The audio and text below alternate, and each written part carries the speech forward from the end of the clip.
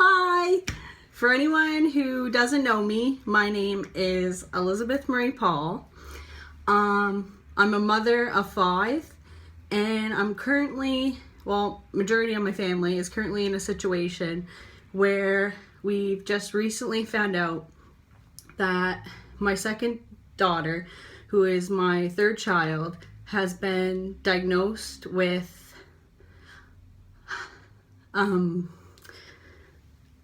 a brain tumor, and she has active cancer cells. I would say the name for you, but it's like this big long thing, so I'll link it down below of what it's called, stage stuff, class, all that stuff. Anyways, I'm making this video for her and for all of her supporters, and for hopefully gaining more supporters when it comes to prayers and making an awareness for her. I believe that a miracle can happen as long as the faith is there, and the awakening of bringing God to a higher self, and that that I just believe that if I can reach out to the world and make my daughter's story be known and have multiple amount of people praying for her, I believe a miracle can happen.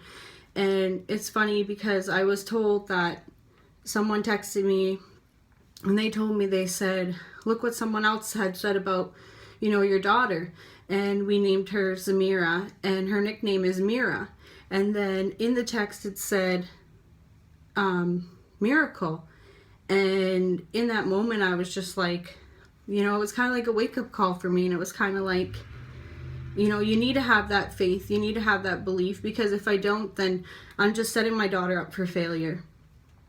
And I don't want to do that. I don't want to ruin her chances of a second chance at life. Now, to know that my daughter is in critical condition and circumstances, it's hard to take in as reality. It's hard to allow myself to believe that this is true, that this is what is. I love all my kids, and to know that I have one that's hurting, one that's fighting for its life, it hurts me, and it kills me inside. And all you guys are probably wondering how I found this out, how I found out and how we came about her diagnosis. Well, it all started in October 23rd on our wedding anniversary. We went out, we had a sitter. She was baking a cake for my kids, and Zamirra got extremely excited to start licking the bowl. She's our sugar baby. She loves anything sweet and salty, and still to this day does, which is awful, because that feeds the sickness. And as much as I want to take it from her and remove it from her diet, I still have that bad thought in the back of my mind that you only live once, you know what I mean? And she's literally fighting that fight, and so it's hard for me. But when they were getting ready to lick the bowl, Zamirra was on the countertop, and she went to go and jump. And when she jumped, I'm assuming she kind of jumped in the sense of gravity more or less took her, and she kind of just nicked the countertop. And I will forever be grateful that happened to her. Honestly, as weird as that may sound, I'm so happy that situation happened. I'm so happy that it came about, because had it not came about, just like the doctor said, that tumor would have just grew and grew, and one day we would have either found her having a full-blown out seizure. We would have found her, we went to go and wake her up one morning, and she just would have never woke up. And I can't imagine the situation turning out in that way. So I'm forever grateful that it has started how it has from the fall. And the doctor has told us, and he looked right at us and told us exactly what I already knew, is that it's been growing far beyond the fall. The fall was a blessing in disguise. It's what made the tumor show itself in little signs of us having a piece of puzzle together and then brushing it off as if, you know, oh, maybe she just ate something bad last night, because her signs were she was having vomiting every now and then. She was having outbursts every now and then of like what I thought was hissy fits. She had strange sleeping patterns after a while. She was doing things like stacking pillows and kind of sleeping sitting up, and I would brush it off and giggle, and I'd pull out all the pillows from under her, thinking like, you know, what is she doing? She's gonna have a sore butt in the morning. So I'd pull them all out from under her. And then she started realizing what I was doing. So when I would wake up around 4 or 5 in the morning, I would come across her room, and she'd just be sitting up, and she'd just be sitting there, and I'd be like, what's wrong, babe? And she'd be like, nothing. And it was like 4 or 5 in the morning, and I'd be like, babe, you gotta go to bed. You know, like, you got school in the morning. And she's like, okay. And like, she looks so sad and so confused, you know, like she didn't know how to speak to us. She's only 4, and you know, she's turning 5 in August, and she went and took her covers, and she curled up in a little ball, and like in those times I felt sad, and I could feel the sadness coming from her, but I didn't know what was going on, and then I would just brush it aside and be like, oh, it's nothing, you know, I'm just overthinking. And I approached it every now and then to certain people that I love and care about, and I'd be like, you know, there's something really different about Zamirra, like, I don't know. And then I tell them, and you know, and then they would be like, oh, you're just being paranoid and whatever. And then I thought, okay, yeah, maybe I am, like, she was fine yesterday. So anyways, long story short, February 29th of 2016, I was gone from 11 to 11. I was, you know, working and then doing my friendly jobs where I just kind of help out and do what I can and make a few extra cash for my family, seeing how it's a large family. When I came home that night, I approached my husband and I said, for the first time, normally I don't ever really do this, but I was like, how was your day? You know, and really took the moment of embracing the moment, I guess. And he was like, well, you know Zamirra's insecurity? And I was like, yeah. And I was like, what about it? And he was like, well, I don't think it's an insecurity. He's like, I think something's seriously wrong. And I was like, what do you mean? And he was like, well, she was telling me that she loves me. And I told her to look at me. And what we noticed the whole month of February was she would touch the left side of her face, and she would kind of like look over and off to the corner. And she would be like, Mom, Dad, I love you. Or can I have some popcorn? You know, because she was never really our child that like needed to stand out, because she just perfectly fits in, you know. And when my husband told me that he asked her to follow his finger and, you know, see if her eye movements could go in those directions, he noticed that as he brought him to the right, her eyes were just going like this and like just couldn't stay still. And when he told me that, I was like, no way, there's no way. And he's like, seriously, he's like, it's happening to her. And he's like, it was happening to her this afternoon. I don't know if it still is. He's like, because she's sleeping. I was like, well, she's not sleeping. I kind of just gave her an Advil. She was just complaining over her pain. So I ran upstairs after he made me aware of this situation, and sure enough, I turned on her light, woke her up, and I said, Zamirra, follow my finger. And he was right. It was happening to her, and they were just going. She's like, what, Mom? What, Mom? And she's like, and I was like, honey, are you okay? And she's like, I got Gigi right here, got Gigi right here.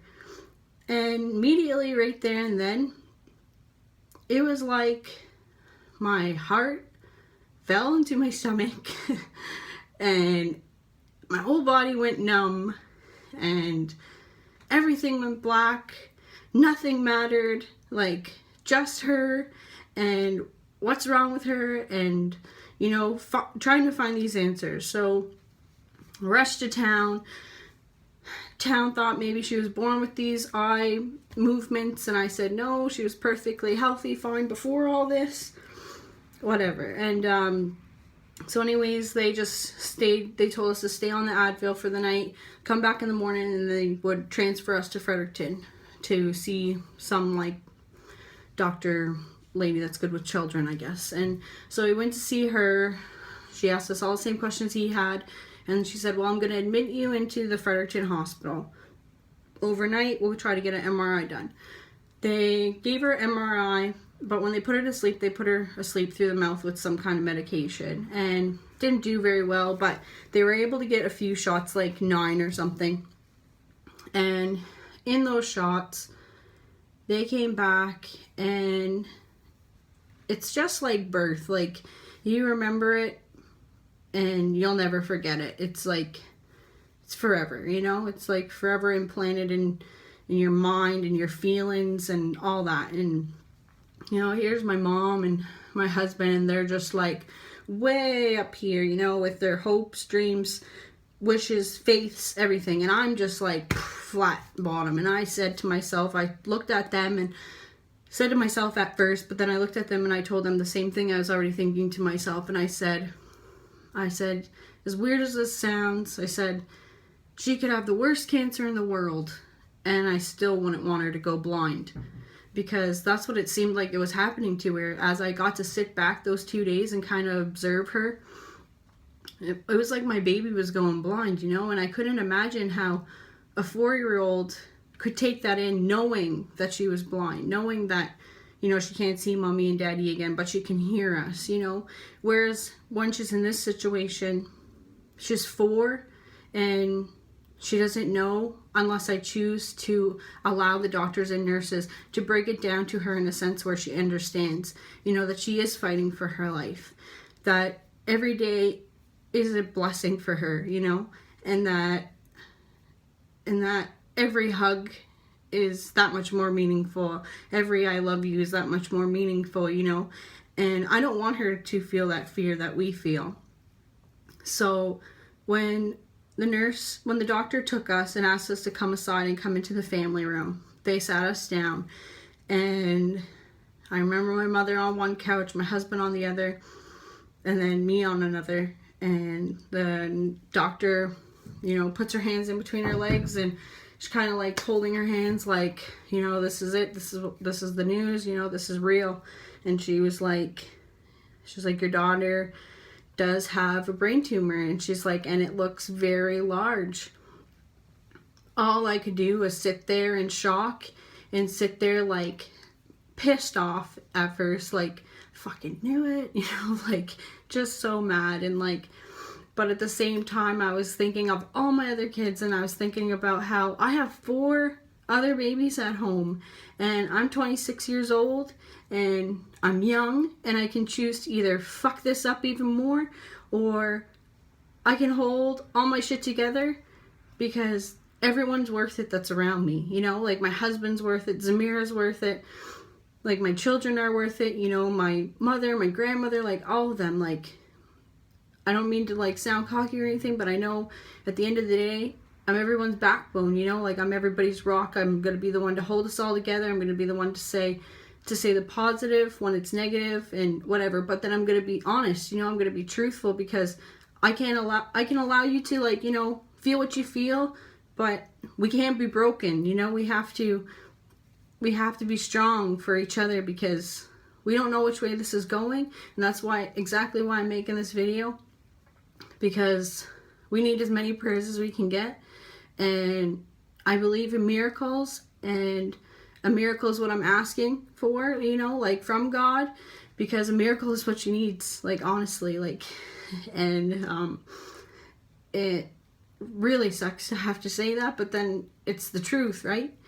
And so when we found out, they immediately was trying to figure out ways to get us to Halifax and get us there and whatever. And then when we finally arrived to Halifax, they had her sitting up, like sitting kind of high, like up in her bed, and she was crying in so much pain. She was screeching and moaning and groaning. Like, she literally reminded me of myself when I was giving birth to her, you know, and she's experiencing these pains, but they were all in her head, and she was like, it hurts, nobody's listening to me, and, you know, and she's like, I love you, and she's like, it's not nice to be a bully, my teacher says, you know, and like, and I'm trying to understand, like, what she's feeling, and I'm trying to understand, like, why these doctors have her sitting up, and I'm getting ready to put her down, and the doctor and nurse is like, no, leave her, and I'm like, why? And they're like, by her sitting up, it allows the pressure of the fluid that's built up in her brain to naturally drip. And right then and there, it was like a slap in the face, and I was like, holy shit, my daughter was saving her life, like, all this time, you know, like, she was propping up all those pills, and she was, you know, doing what she needed to do to keep herself here. And then, you know, they stayed on her for like that 24 hours, and they monitored her until we could get another better MRI. And then when we got the better MRI, they, you know, put her to sleep through injection of like her bloodline somewhere. And anyways, when they got the MRI results back with, like, you know, more pictures, they got over 900 pictures, and in the pictures showed that there is active cancer cells throughout her spine and inside of her brain, like inside her brain and stuff, and the fluids. And then her tumor is like dead center in the middle of the brain. It's like where all that water pocket sits. And we have 4 main valves, which would be like 4 mini oceans, I guess, or something. And her tumor is in 2 of those valves. And it's inside, you know, like, it's inside of a tube. So it's just filling up, and the fluid has nowhere to go, and then yet the tumor is just growing in this such small, thin space. And the doctor has said that it's around the size of a golf ball, and she does have another one forming behind it, and then she has several others that look like they're, you know, forming. So anyways, it has been, after finding all this out, it has been like a month and 5-6 days, and it still feels like it's the first. Still feels like it's the first day I found out. It doesn't feel like anything has changed. Like, the only thing that feels like that has changed is that she's a little bit more of Zamirra, like, you know, like, she's not sleeping as much. She's, you know, it's like a miracle is happening, but at the same time, it's so hard to believe that it is, because, you know, I'm watching them put the poison in her, you know, I'm watching them put this chemo stuff in her that they dress and gown all up for, and that they, you know, get this fancy fucking garbage bin out and stick everything back in there, and then putting these yellow stickers on saying warning, you know, on the tubes that go directly to my kid. And, you know, I see her strength, but at the same time, I know that she's only human, and I ask myself, you know, how much longer can she be strong, you know? And I know that if I can reach out and ask for prayers for her, and if I can make this video go viral for her, and prayers can go out there, and, you know, like, they can go far and wide, you know, God will hear us. Because if it's more than just one, and, you know what I mean, and we have back-to-back people, like, constantly praying for my daughter Zamirra, a shift may happen, you know, and a positive shift may become of this. And so I'm here right now asking and begging and praying at the same time to please take the time to share this video, to bring my daughter's story out there for awareness, for her strength, for her journey, for her healing. You know, I want my daughter to be with me. Like, Like, I just got done, you know, fighting for them to have their own special space, like their own bedrooms, and to know that there's that chance that I could walk into my home after all this is said and done and walk by one bedroom that's completely empty. It kills me. It's so unreal. And I just really can't allow that to happen without me knowing I gave it my all, you know. So because of all this, my daughter had just experienced tonight a moment of weakness, and that's why I'm here as well, is to give her that strength and to show and tell her that, you know, it's okay that you may look different, but you're still you, and you're going to beat this, and you're going to become an even better you. You know what I mean? And she's going to make me a better person, and all of us that are watching. And she's going to, you know, make a miracle happen one way or another. Whether it's just to change you as a person, to change your outlook, or to open a faith door that you've never opened before. But my daughter is here, and she's here for a reason. And she's here to touch all of our lives. And tonight when I was brushing her hair, I've been brushing it because, not to hurt myself, but I've been brushing it so that as I brush, I brush in prayer, and I pray, you know, to God and to the Creator, and I just pray that they're listening, and that as I brush out her hair, each piece and stroke has a meaning and a story behind it. And once it all falls out, we plan to give it back to the earth. And anyways, it's getting close to where she really has no head of hair. And tonight, for some reason, she touched it, and she was like, "Mom, can I put it in the bag?" And I was like, "Yeah, babe, sure you can." And all of a sudden she like cracked a little bit, you know, and she was like, she had a moment of realizing that this was happening to her, even though we were kind of being verbal about it and trying to give her awareness that it was happening, that the change was happening. And I don't want my daughter to feel what I'm pretty sure she experienced tonight. And because there's still a few more strokes of hair left, pieces, or whatever you want to call it, tonight I have made the decision to go bald with her. And I'm so excited to do it because I know she won't be alone. I know that she'll walk with pride. I know that she won't be ashamed. I know that whenever a visitor walks through that door, she won't curl up in a shell and try to hide.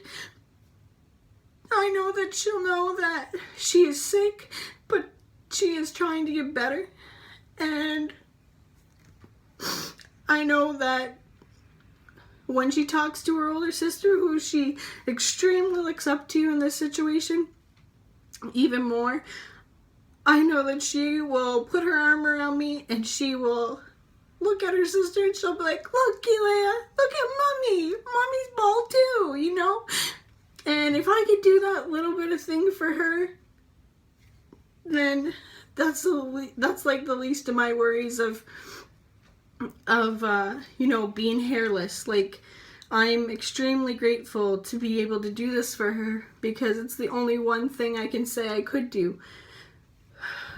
Because, you know, like I said, it's gonna take a miracle. So, but with your guys' help, that miracle could happen. So if we can all just take some time out of our day, to say a prayer and to share this message, another prayer will be added. And we will have a prayer train effect going for my daughter. And that is more than anything she could ever get. You know, any kind of medicine that may make her cured for 3 months or, you know, live for 5 more years. Like, this prayer chain that can happen could really be her answer. And I just want to say right now ahead of time, thank you. And sorry it took so long to explain, but this is real. This is my life right now. This is my daughter's life. This is my children's life. My children, my 4 other children, have been separated from us. They get to rotate and come down every so often. We're in Halifax at the IWK in Canada. And we're originally from Tobic First Nation of New Brunswick. So now is the time where you guys can watch this moment happen. Watch my change begin. Watch my awareness be heard for my daughter. So what you see now ain't gonna be here in a couple minutes. And I'm pretty fucking excited. Not gonna lie. So here we go. You ready?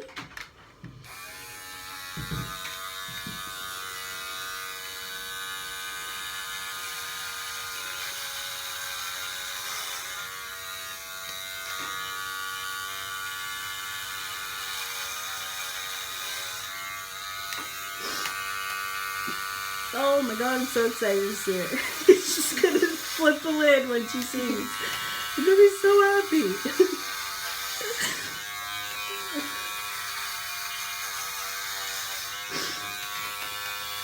Oh my god. I can't believe this. That my kid has cancer. She's fighting for her life, has been for God knows.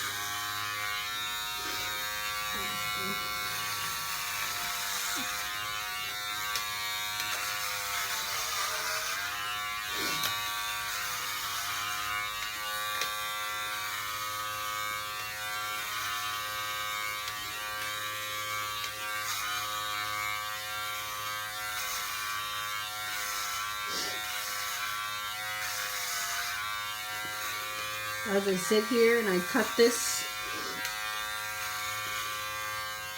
all I can think about is the excitement on her face and thinking about that I'm even in this situation for the fact of knowing, you know, I brought her into this world, I carried her for 9 months. And to know that all this can be taken away by a disease or illness or something that seems to not be able to be cured completely, right? Because unless a miracle happens,